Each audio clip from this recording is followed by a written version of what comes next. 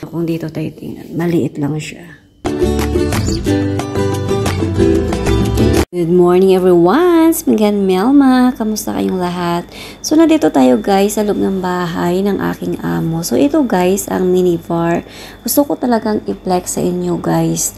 Ito minibar, super cute. Maliit lang to siya guys. Tapos, na-amaze talaga ako guys sa ganda nitong paggagawa ng cabinet ng minibar na ito.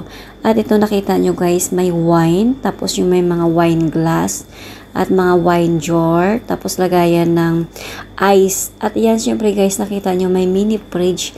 Kung gusto nyo malamig yung, wine, syempre masarap talaga yung wine guys pag malamig. Pero meron namang wine na hindi na kailangan ilagay sa fridge, diba? So, stock lang. So, yan guys, alam nyo naman, ang mga European, mahilig talaga sila sa mga wine. Kasi guys, ang wine, good for health naman siya. Hindi naman siya nakakasama. Basta, hindi lang marami. Yung pakonti-konti lang ba. So, yun ang ginagamit nila na parang tubig. Alam nyo ba yung guys? And then, tayo mga Pinoy, iba naman yung atin, diba? Tanduay.